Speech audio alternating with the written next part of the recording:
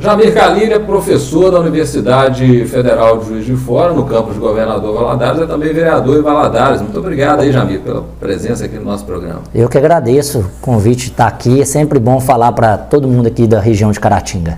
Jamir, você é um especialista em direito tributário, né? Um assunto que sempre provoca muitas discussões, não só no campo do direito, mas sobretudo no campo da economia.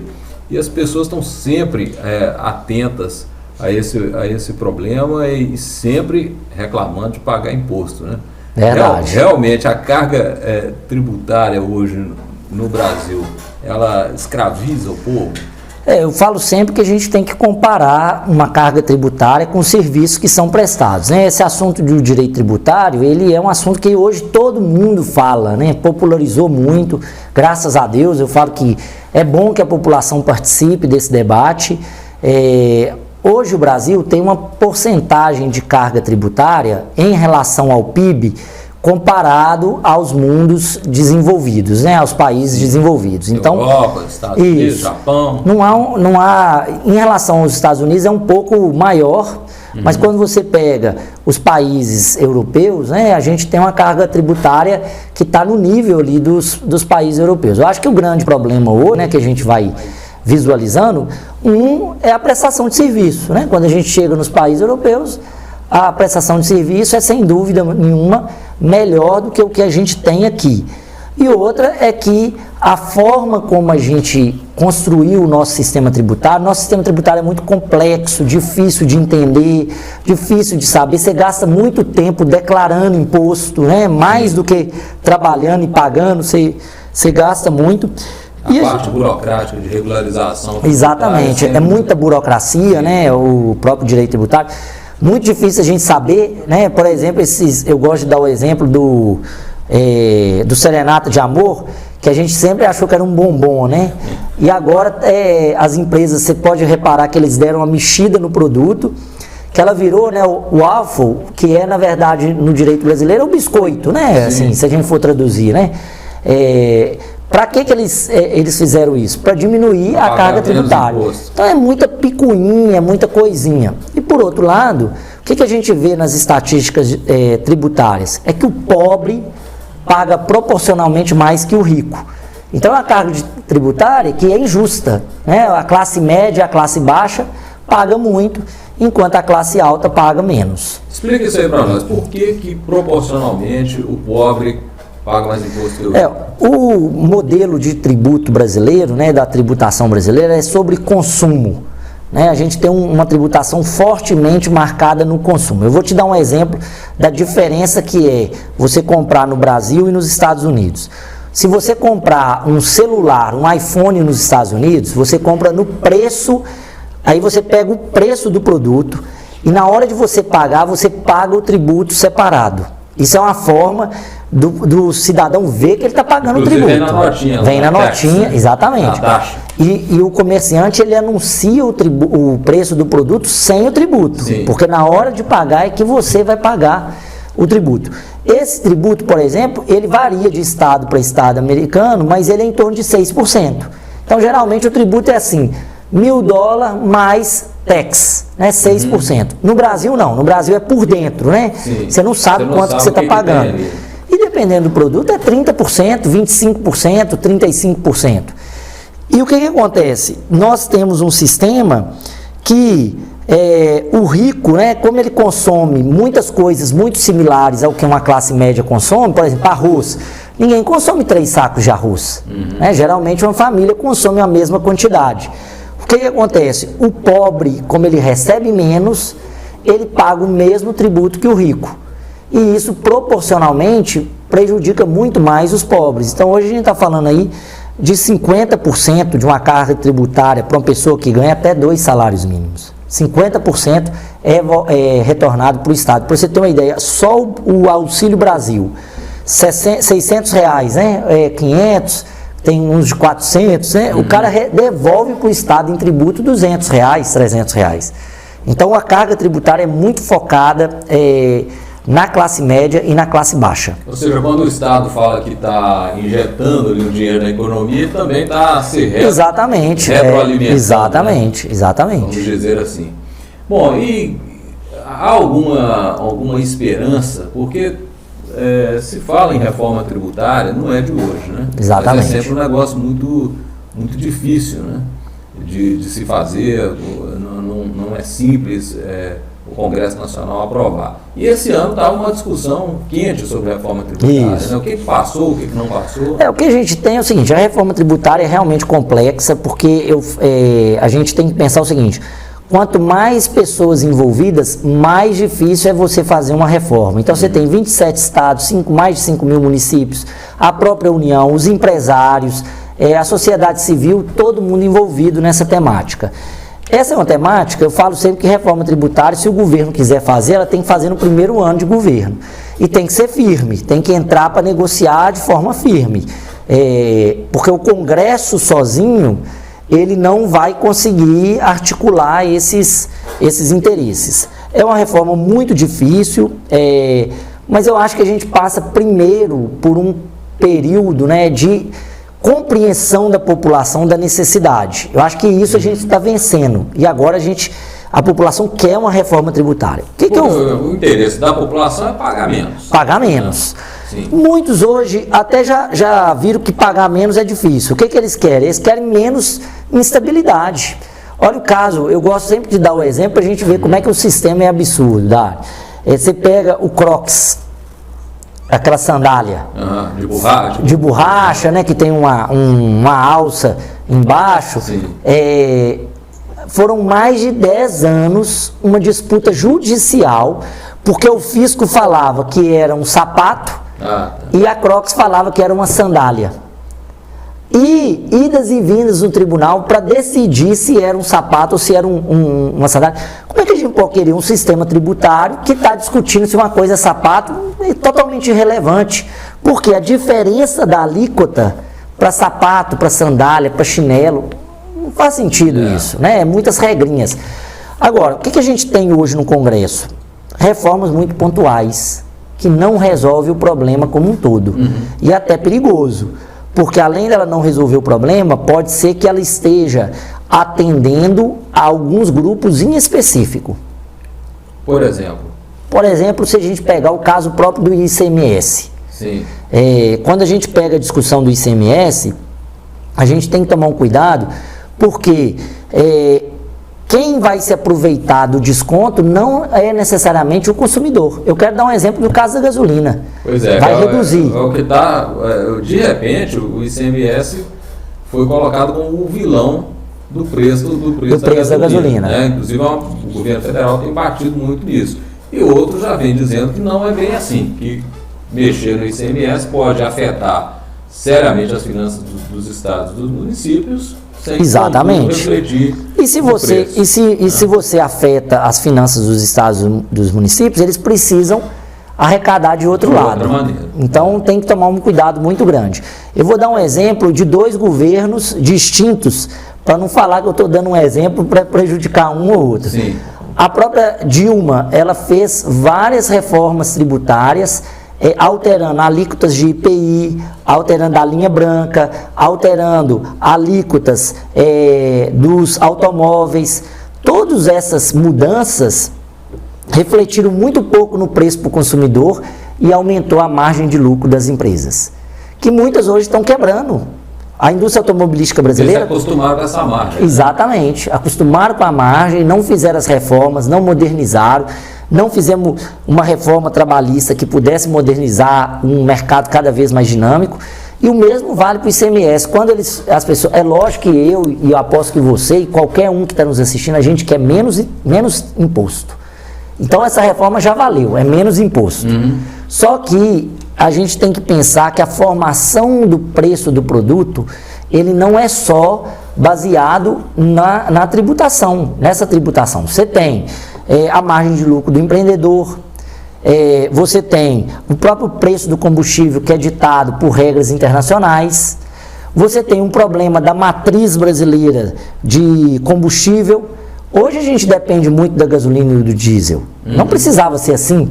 Se lá atrás a gente tivesse feito uma escolha por energia solar, por álcool, tivesse fomentado esses setores. Eu quero lembrar que na história brasileira a gente vive com esses problemas. Você pega, por exemplo, a crise do petróleo da década de 70. Sim, impactou. Impactou, inclusive encerrou o regime militar, né? O regime militar vai caindo porque ele não consegue manter o preço do combustível. O milagre econômico da época, né? O governo Fernando Henrique, quando é o final dele, né? Você vai ver que está muito ligado à crise energética brasileira. Ao apagão. Ao apagão. A própria Dilma Rousseff, ela congelou o preço do combustível e congelou o preço da energia elétrica e o governo não durou. Então, essa questão, ela vem historicamente. Então, não é só eu abaixar tributo. Eu tenho que ter uma política de resolução desse problema. Bom, especificamente com relação ao ICMS, o que ficou resolvido aí nas últimas semanas? Porque a gente já nota uma certa queda, né, no preço do combustível lá na bomba. Né? Hoje, o preço do ICMS, por exemplo, no caso de Minas Gerais, você tinha 30%. Era 30% que você pagava. Hoje é no máximo 17%. Então, você já tem uma redução aí de 13% no preço, né, no valor do combustível, né, que tem que, obviamente, estar relacionada ao preço que vai ser repassado ao consumidor. A mudança maior é essa. Você teve uma outra mudança que é a base de cálculo. Como é que você cobra imposto sobre o combustível? Você estabelece quanto que paga na bomba. Então, o governo faz uma pesquisa e fala assim, olha, estão cobrando R$7. Você coloca 30% sobre R$7, né? Agora 16, 17 ou 18, depende da ocorrência. Vamos colocar 17, que é a alíquota média. Você coloca sobre esse preço. Antigamente, o governo atualizava esse valor todo mês. Agora não, agora ele precisa fazer uma atualização que leve em conta uma média de 2 anos. Então, quando tiver baixo, aquele valor baixo vai refletir na base de cálculo para o consumidor final. Então, você tem algumas mudanças significativas no ICMS do combustível. Agora, isso não resolve a problemática do sistema. Pois é isso que eu ia te perguntar. Você, como um especialista, né, um professor de direito tributário, você também tem um mestrado Eu tenho em administração pública. Administração pública, né? Ou seja, você consegue ver os dois lados, né, da questão. Essa solução aí foi uma solução inteligente? Qual vai ser o impacto dessa solução? Ou ela não vai adiantar muita coisa? Eu acho que ela vai adiantar em alguma medida, pelo menos para estabilizar o preço. Eu acho que para reduzir vai ser muito difícil, reduzir de fato, de forma que fala assim, não, agora está valendo a pena. Vai reduzir, porque o preço, o que acontece vamos pegar o caso do combustível, né, que é o que a gente está falando aqui. Nós temos lei de mercado. Então, se você reduzir na marra o preço, você vai ter um problema de escassez lá na ponta. E se você tiver um problema de escassez, o preço vai subir naturalmente. Então, a própria crise, né, lá a crise do petróleo, né, foi porque os países produtores fecharam a torneira. Fecharam a torneira. Então, você pega, por exemplo, se você reduzir muito o preço da gasolina, na marra, né, sem ser uma questão de mercado, você, o governo vira e fala assim, não vai ser R$8, vai ser R$4. O que você vai ter? Você vai ter 2 fenômenos, né? Primeiro, você vai inserir mais pessoas no mercado comprando combustível. Sim. Porque aquela pessoa que não estava andando de carro, estava economizando, não vai mais economizar, porque reduziu. Então, às vezes, eu estou adiando uma viagem, porque a gasolina é alta, não vou adiar mais essa viagem. Quando você colocar mais pessoas no mercado, naturalmente você vai ter que aumentar a oferta. Se você não aumentar a oferta, o que vai acontecer com o preço? Ele vai subir. Vai subir naturalmente pela lei da oferta e da demanda. Eu falo sempre o seguinte, redução de imposto é sempre bom. A gente não vai reclamar, né? Mas como resolução do problema do combustível, isoladamente não resolve. Precisa de outras políticas para resolver. Bom, o ICMS é um imposto que não afeta só os combustíveis, mas toda a cadeia econômica, né? É possível fazer esse tipo, juridicamente, né? Esse tipo de medida visando o impacto do ICMS num produto específico? É possível, porque há um princípio no direito tributário que é o princípio da seletividade. Se você vê bem o que o parlamento fez, foi declarar que a gasolina e a energia é um bem essencial. Entendi. Ela não mudou necessariamente a alíquota, porque você tem uma lei nacional que diz que todo bem que é considerado um bem essencial, ele é 16, 17 ou 18%, depende de algumas contingências ali. É a comida, a água... Aí tem alguns... Não, a água não. O que você tem, geralmente é o arroz, o feijão. Aí o que o Congresso fez? Ele virou... Alguns remédios são considerados, não são todos. Sim. Então você tem alguns elementos que são definidos como essenciais. O que o Congresso fez? Virou e falou assim, olha, gasolina, combustível, gás de cozinha e energia elétrica são considerados bens essenciais. E aí, a alíquota, então, tem que ser readequada. A de 17, exatamente, agora de 17, né? Bom, então, esse impacto deve ser sentido aí nos próximos dias. Ele tem que ser sentido nos próximos dias, porque é o seguinte, por exemplo, o caso de Minas Gerais, ainda não foi feita a adequação. Então, Minas Gerais não é o caso. Continua caro. Ele precisa fazer essa adequação. O Estado de São Paulo já fez. O governador está resistindo a fazer isso? O governador alega que ele precisa de uma lei aprovada pela Assembleia para fazer isso, sob pena dele correr. Precisa?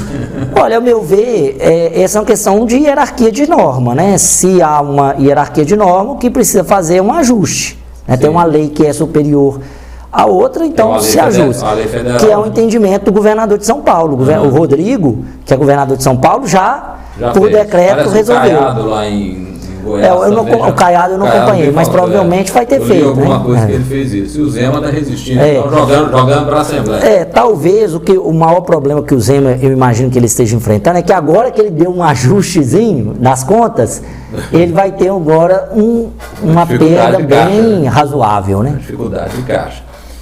Jamil, um outro imposto que é danado, que o povo reclama demais, é o IPVA. E a gente está circulando aí, sobretudo pelas rodovias de Minas Gerais, e está vivendo realmente um caos rodoviário. Onde tem estrada, está esburacada, a manutenção está terrível, e tem lugar que nem a estrada existe mais. Né? Nós estamos um verdadeiro caos aqui na BR-262, quem vem de Vitória para Belo Horizonte, sai daqui da região de Caratinga, Manhuaçu para Belo Horizonte, está enfrentando isso. Também ali na 381, né, para chegar em Belo Horizonte, uma dificuldade terrível. O IPVA não está dando conta de manter essas estradas, ou o IPVA não tem nada a ver, ele simplesmente cai no caixa lá do governo. Eu gosto de falar com meus alunos. Exatamente. O povo acha que é isso. Eu estou pagando IPVA no meu carro para ter estrada boa. Eu falo que como é que chama o IPVA, né? Que o IPVA é uma sigla, é Imposto sobre Propriedade do Veículo Automotor. Então, o cidadão ele paga porque ele tem um veículo automotor. Ele não é destinado necessariamente para conservação de vias. Para a gente ter uma ideia, só para fazer um cálculo simples, 15% do IPVA, porque como é que funciona o IPVA? 50% do IPVA é do Estado, 50% é do município que você emplaca o carro. Então, por isso que é muito importante o emplacamento ser na cidade. Então, se você é de Caratinga, se você é de Governador Valadares, emplaque o carro na sua cidade, porque o dinheiro vai para a sua cidade.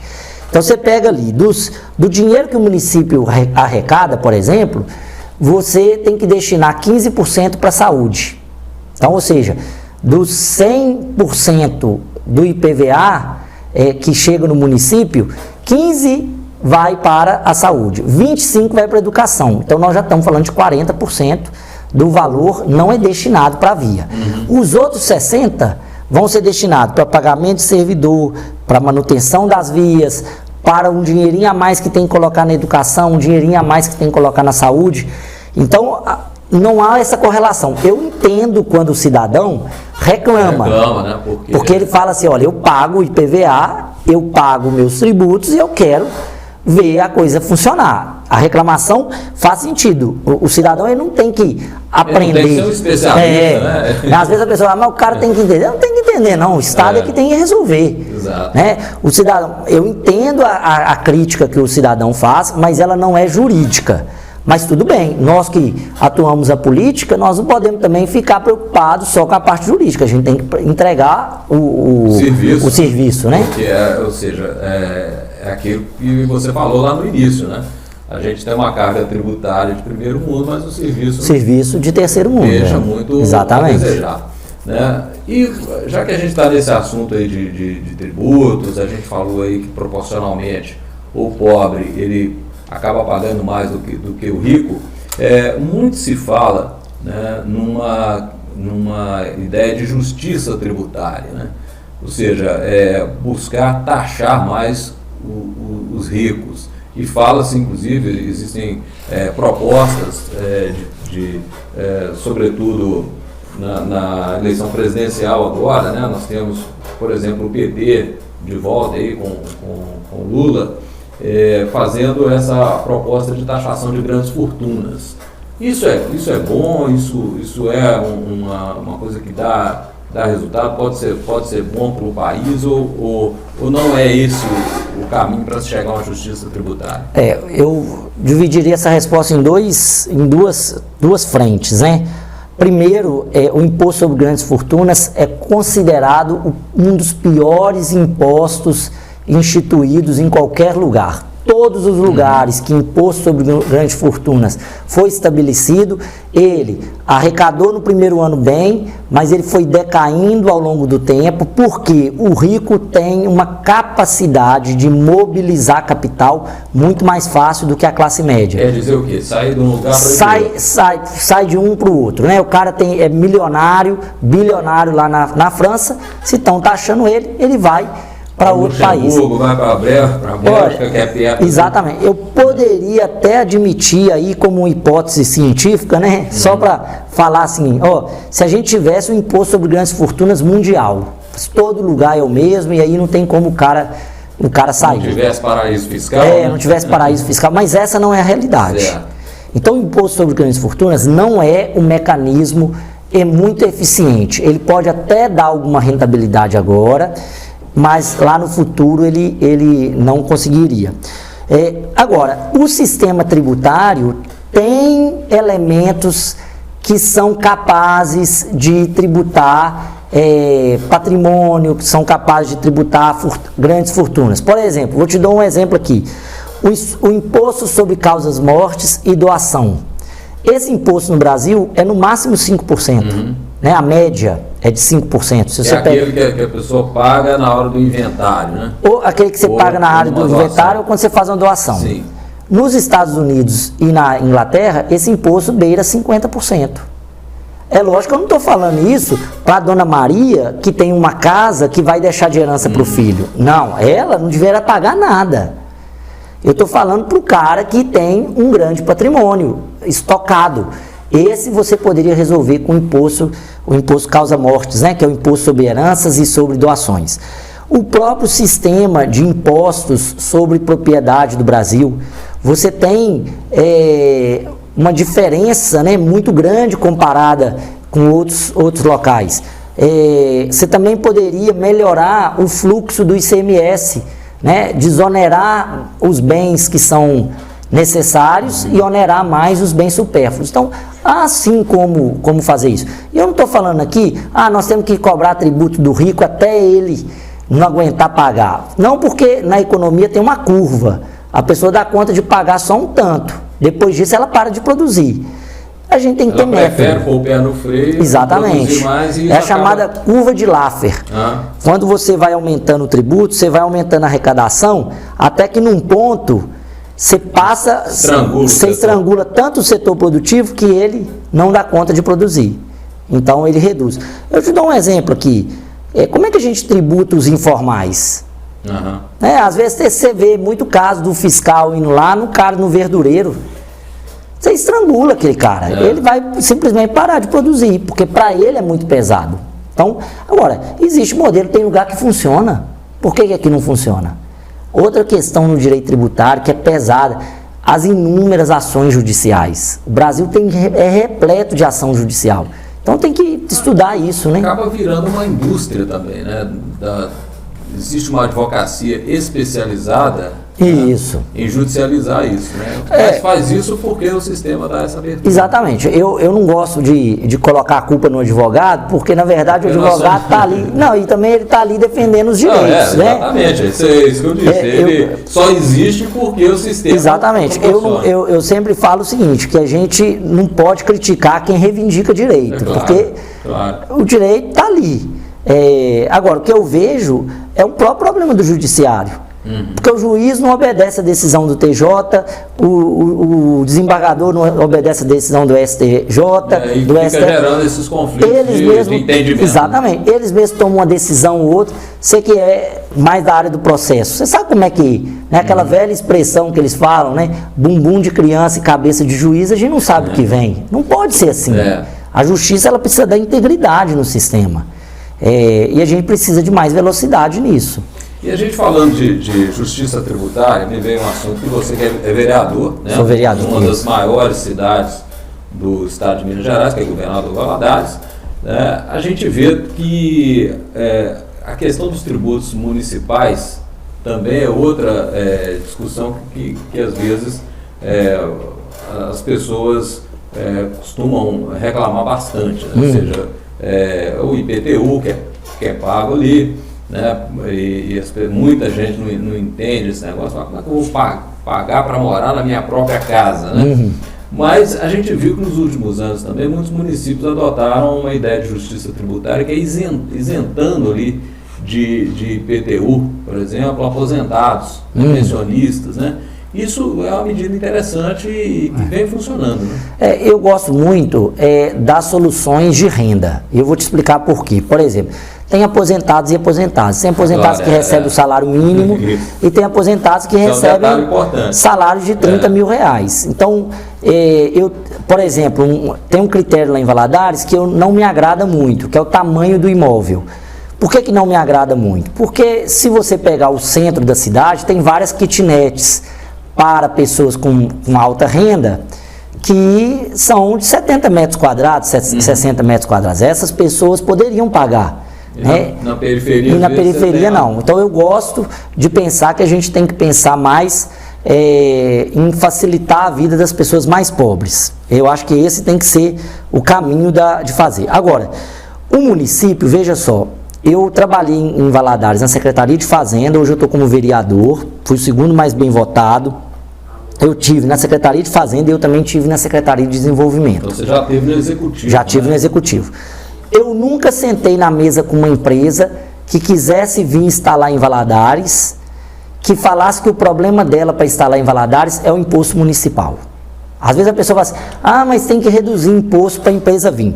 Do município, eu nunca vi uma empresa virar e falar assim, o meu problema são os impostos municipais. Geralmente ela reclama do Estado e da União. Por quê? O município é basicamente 3 impostos. E aí eu estou falando das empresas. O IPTU para a empresa é quase nada, né? Ela não vai deixar de ter faturamento por causa de IPTU. O ITBI, né, que é o Imposto sobre Transmissão, quando você compra e vende, ele é pago uma vez só. Sim. E também não é o problema. E ela não faz transação imobiliária. Dia, né? ISS geralmente não é pago pela indústria e não é pago pelo varejo. É pago só pelo prestador de serviço. Esse sim reclama do ICMS, do ISS. A indústria, a geração de emprego, não. Então, assim, os tributos municipais, eu acho que o município tem outros problemas para gerar emprego do que os tributos. Os tributos municipais não tendem a ser tão problemáticos. É lógico que a pessoa reclama ali do IPTU, mas ela também, eu vejo muito pouca reclamação do IPTU, porque eu vejo que a pessoa percebe que há um retorno de alguma forma. Né? Mas a arrecadação de IPTU, a arrecadação municipal é muito baixa. Se as pessoas vissem quanto se arrecada do IPTU, né, você pegar o prefeito aqui de Caratinga, ele vai concordar comigo e falar, rapaz, é muito pouca coisa que a gente arrecada para o tamanho de serviço que um município tem. Então eu sempre falo, o problema não está nos municípios, o problema está nas regras da União e do Estado. O o município, né, ele acaba contando, né, com o chamado fundo de participação. Né? Isso. Então, assim, isso é que acaba sendo ali o grosso das verbas. Em muitos municípios, sim. E existe uma justiça hoje nessa divisão? Isso tem a ver com questões de direito tributário, ou seja, essa participação? Eu acho que assim, você tem dois fatores, né? Tem uma questão de justiça, sim, porque a gente tem uma desigualdade regional muito grande. Então é natural que um município pequeno receba uma quantidade maior de recurso ali do que um município grande que já é beneficiado com muitos serviços públicos. Aqui em Minas Gerais tem uma lei chamada Lei Robin Hood. Lei Robin Hood, existe. Agora, o que eu vejo muito nessa repartição, que aí eu falo que assim, a gente tem que estar sempre aprimorando a legislação, porque sempre você vai mudando a realidade. O que a gente tinha que fazer? Associar, já que o município pequeno vai receber uma porcentagem maior, nós temos que associar isso a resultados. O prefeito tem que apresentar resultado em saúde, em educação, em infraestrutura, para que ele aplique bem. Porque se ele não aplicar bem, ele tem que ser punido. Não a população, porque o Estado pode vir prestar o serviço de educação e de saúde, mas o prefeito, ele precisa ser punido no sentido de que vai ter menos recursos se ele não prestar um bom serviço. Ou seja, seria uma fiscalização imediata com relação àquele recurso específico. Isso, né? Por exemplo, vamos imaginar aí, olha, os prefeitos recebem, o prefeito da cidade X recebe 100 milhões de reais de fundo de participação. Para ele manter essa arrecadação de 100 milhões, ele precisa apresentar melhorias no IDEB, ele precisa apresentar melhorias na mortalidade infantil, no combate à pobreza. Você tem que estabelecer algum critério para ele receber. Se ele não apresentar esses resultados, ele vai perdendo um pouquinho, uma intervenção estatal ali. Ou uma intervenção, estadual, ou uma redução. Fala assim, olha, se esse ano você não melhorou, você vai perder 5%. Sim. É lógico que você tem que notificar o prefeito, mandar ele fazer, não é um negócio amanhã ser arbitrário, né? E aí seria possível fazer isso de que maneira? Através do Tribunal de Contas da União ou de algum... Não, a legislação, né? A legislação do fundo de participação, ela tem que contemplar isso. Né? E os critérios que ela vai estabelecer, só por legislação mesmo. E por falar em legislação, né? Você teve então uma experiência no Executivo e no Legislativo. Está lá como vereador em Valadares. Como é que você vê assim, essas duas esferas de organização e de poder ali no município? Como é que foi a sua experiência em um e vem sendo a experiência em outro? São experiências bem distintas. Na verdade, o município acaba que o executivo ele é muito presente na vida, né, do cidadão, porque acaba que ele faz tudo. Só que, por incrível que pareça, eu tinha uma visão antes de ser vereador que muitas pessoas têm, né, que o vereador não faz nada. Mas é tão importante você ter um bom vereador, porque aprova orçamento, aprova leis importantes, plano diretor, leis de saneamento básico, leis educacionais, leis da saúde.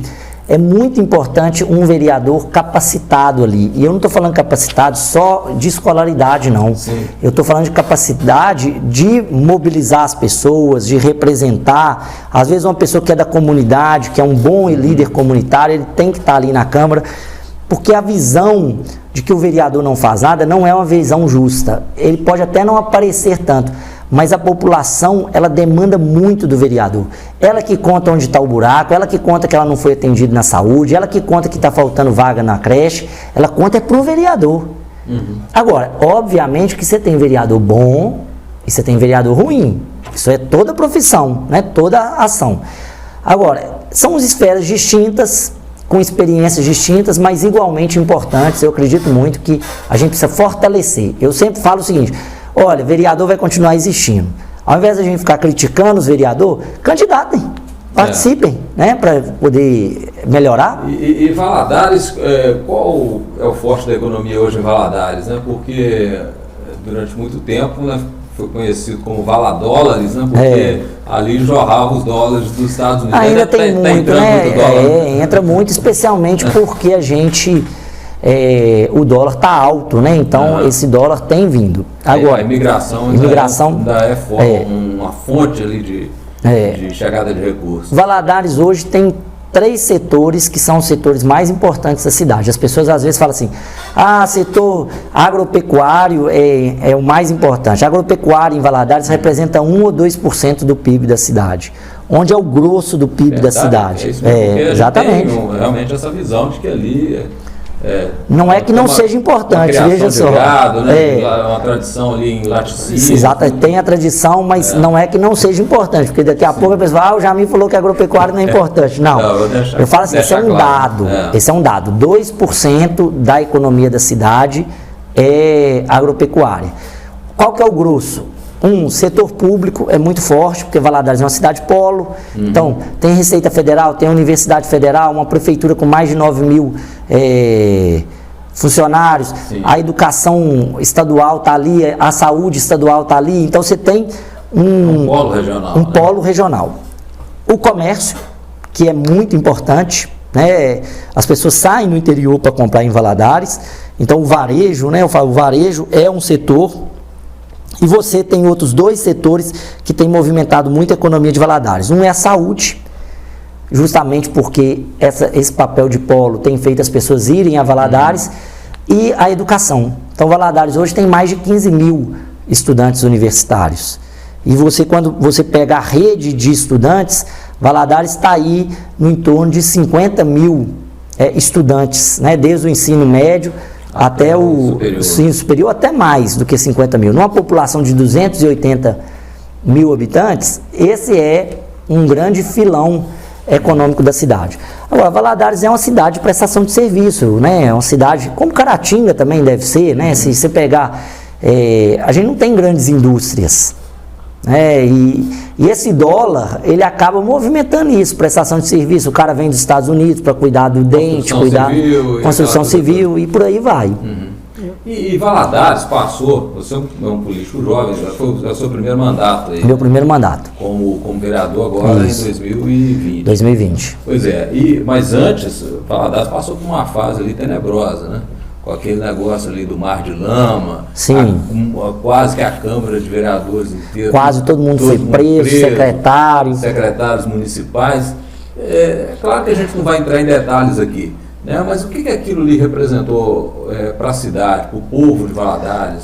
Eu posso falar com muita tranquilidade sobre isso, porque a gente assumiu o governo André em 2017, nós disputamos a eleição de 2016, tinha acabado de acontecer a Operação Mar de Lama, a tragédia da Samarco, você tinha uma prefeitura totalmente desorganizada. Era Elisa Costa do PT, isso. Né?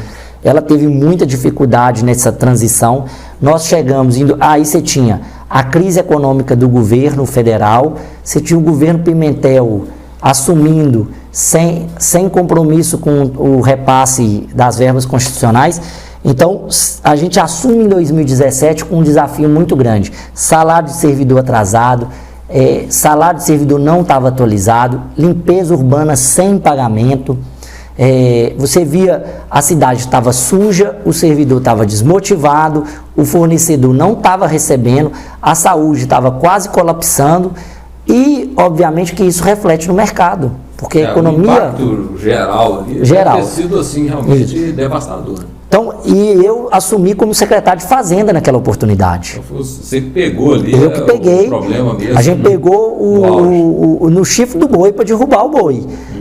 E eu tive a grata satisfação de não ter intervenção do André.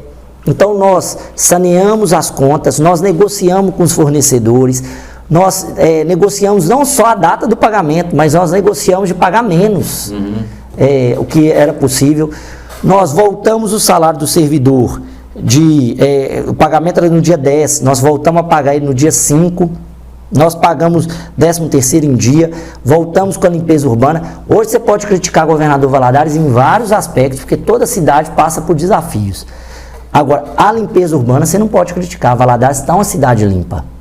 O hospital hoje, ele está operando, ele está funcionando, ele saiu da crise. O hospital municipal, que é aquele tradicional. E que cobre toda a região, cobre toda a região. A gente tem hoje o funcionalismo público de Valadares, obviamente que eles têm demanda, se você chegar lá, eu queria ganhar mais, Sempre vai ter. Mas você pode perguntar e falar assim, mas esse período a gente teve dignidade, porque a gente soube quando ia receber, teve as verbas passadas pagas. Então, assim, foi um desafio muito grande que agora, só agora, o governo está conseguindo fazer calçamento. Agora iniciou um programa... Foi reeleito, prefeito? Foi reeleito. 100% de calçamento da cidade. Com o que agora? Com a verba que a gente foi remanejando para que isso ocorresse a partir de agora. Conseguir fazer esse saneamento. Exatamente, né? Exatamente. E isso mudou a mentalidade do povo de Valadares com relação aos políticos? Assim, na época, porque é um impacto assim, na credibilidade da classe política como um todo, né? Esse tipo de coisa. Eu vejo sempre os dois lados. Assim, realmente está uma crise de confiança. Isso não deriva só em Valadares, né? Tem o governo federal. A gente teve vários escândalos que perpassaram o governo anterior. Tem uma instabilidade no governo atual, nessa relação com o Congresso, na relação com o STF. A própria presidência da República, às vezes, cria alguns fatos que geram essas turbulências. O Zema passou uma dificuldade enorme, né? Pegou um estado quebrado. É natural que as pessoas não queiram saber de política, eu vejo muito isso. Mas, por outro lado, eu te falo que se eu for pegar o grau de crítica e o grau de conversa, de satisfação, de lealdade, de compromisso, eu quero participar, é muito maior esse pessoal que está querendo fazer uma política séria. Agora, a gente também concentra muito na pequena crítica, né? Ali está no Facebook, o cara critica, né? Então a gente tem que separar. É natural, né? As pessoas estão nas redes sociais se expressando. Mas assim, uma coisa até que o Zema falava muito, né? Ou seja, ele era um empresário e tal, que vivia ali de cuidar da empresa dele, nunca quis participar de política. E ele acha, né? Ele costumava dizer que essa omissão, né, dos homens de negócio, dos intelectuais, de pessoas, né, que têm ali uma certa capacidade, essa omissão de entrar na política partidária acabou abrindo espaço para pessoas que ou não tinham competência ou não tinham honestidade. Exatamente. Né? Essa guinada de percepção ocorreu lá em Valadares, por exemplo. Você tem um período em que muitos secretários foram presos, empresários, sindicalistas, né? Teve esse problema lá na Câmara de Vereadores, exatamente. Um monte de vereador preso. Tinha filmagem do presidente do sindicato recebendo dinheiro do dono da empresa de ônibus para... Que era a concessão municipal, né? Então, tudo isso aí, né, fez com que, por exemplo, houvesse uma renovação na classe política de Valadares. Qual foi o perfil que veio depois? Olha para você ver, dos 21 vereadores, só 5 são reeleitos. Eles conseguiram se reeleger. O restante, todo mundo é novato. Você tem ali, hoje, médico, você tem enfermeiro, você tem 2 enfermeiros, um médico, eu como advogado, mas você tem bacharel em direito, sim. Você tem farmacêutico. Seu caso mesmo, como é que foi? O prefeito chegou e falou assim, eu preciso de você na Câmara. Foi mais ou menos assim? Eu sempre gostei de política. Você mesmo despertou. Mas ele pediu, me chamou, falou assim, Jamir, você está muito bem avaliado com o servidor, eu acho que no próximo mandato seria muito importante você ser candidato. Eu sempre falei para ele que a minha intenção era era o deputado, ou prefeito, eram as coisas que eu tinha mais interesse, mas eu percebi que era necessário também eu fazer essa caminhada, cumprir esse ritual, até para eu poder ter essa experiência, né? Falar assim, eu vou participar com o mandato. Ele me chamou e falou, seu Jamir, saia candidato a vereador, porque a gente precisa colocar mais pessoas que entendam, né? Por exemplo, a gente tem que fazer a reforma da Previdência Municipal.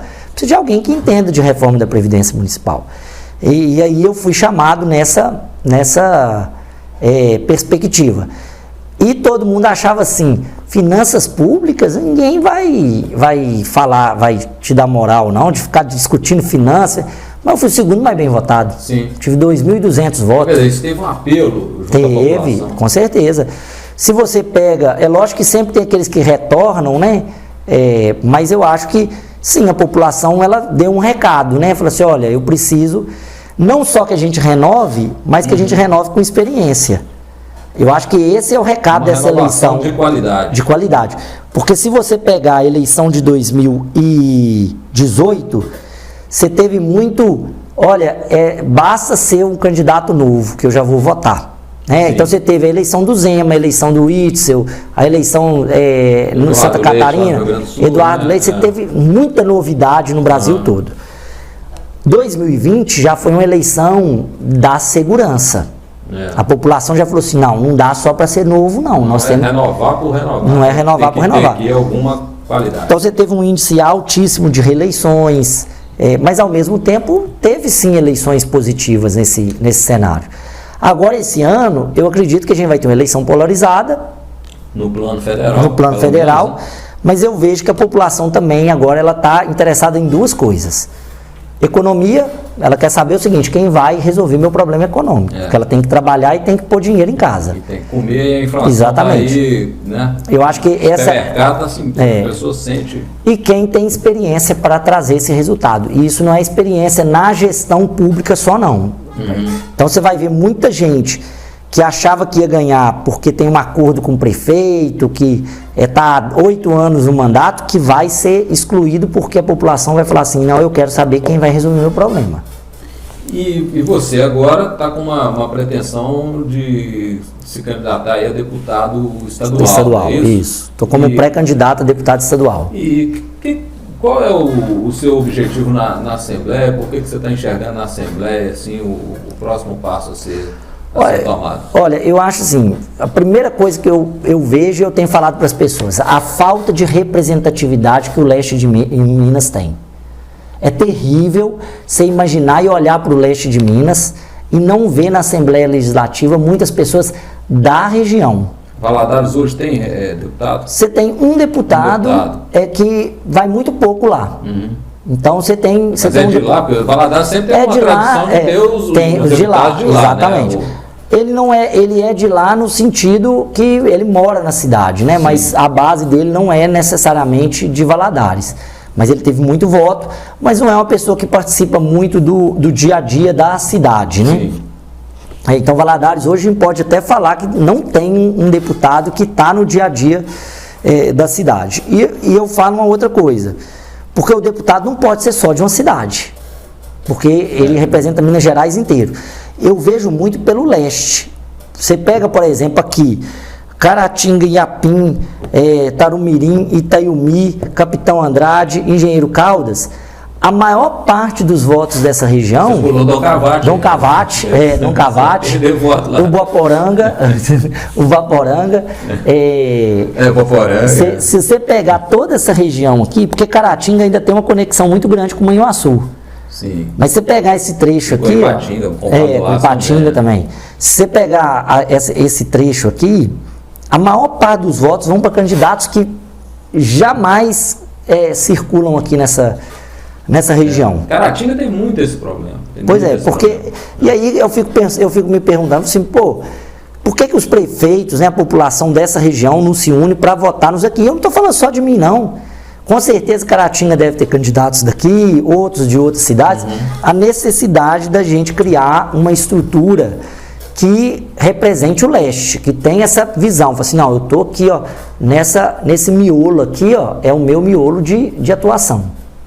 E você acha assim que a Assembleia hoje tem realmente uma relevância nesse processo? Com certeza. A gente vê assim, muitas vezes o deputado federal chegando mais forte para conseguir um convênio, conseguir recurso, conseguir uma obra. Você acha que o deputado estadual ainda tem essa margem? Vou te dar um exemplo.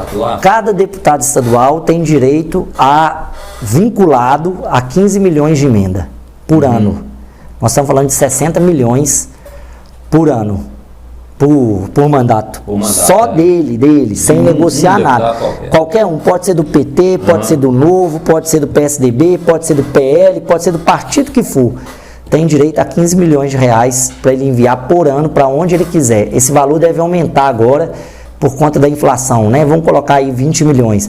Nós estamos falando de 80 milhões de reais para ser investido em saúde, educação, infraestrutura, etc.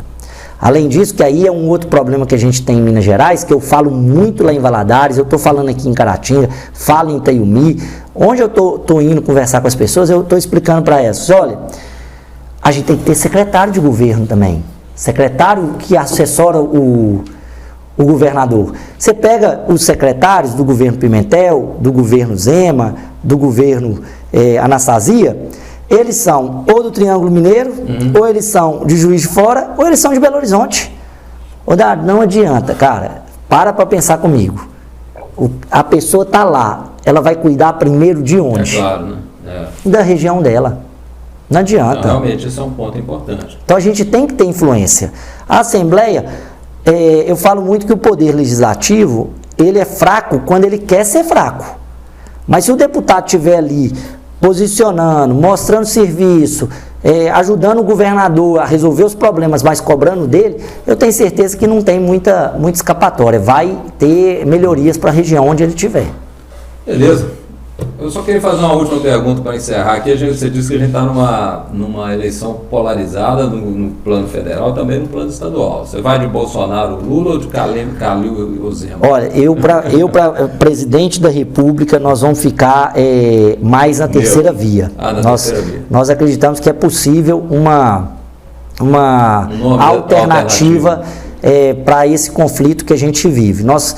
Eu tenho como postura não ficar fazendo política de ficar criticando os outros. Eu acho que todo governo tem suas dores, todos os governos têm seus amores, mas eu acho que hoje o que o Brasil pede é resolução de problemas, é pacificação.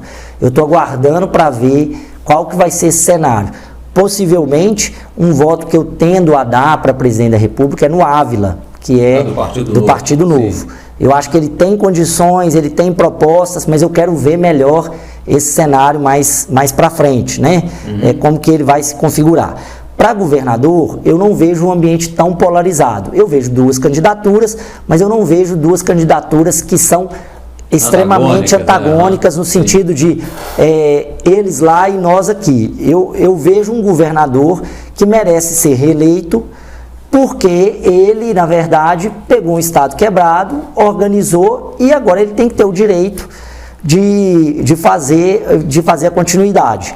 Eu não acho justo, agora que o cara passou o pior momento da vida dele, roeu o osso, não comer da proteína, né, da carne. Então, essa é a minha tendência. Para senador, eu ainda não sei, porque o cenário não está muito claro ainda. Né? Beleza, o Jamir Khalili é professor de Direito Tributário da Universidade Federal de Juiz de Fora, campus Governador Valadares, vereador em Valadares, gestor público, pré-candidato a deputado estadual, conversou com a gente aqui no programa Questão Política. Jamir, muito obrigado. Obrigado pela presença e um abraço a todos os moradores aqui de Caratinga e da região.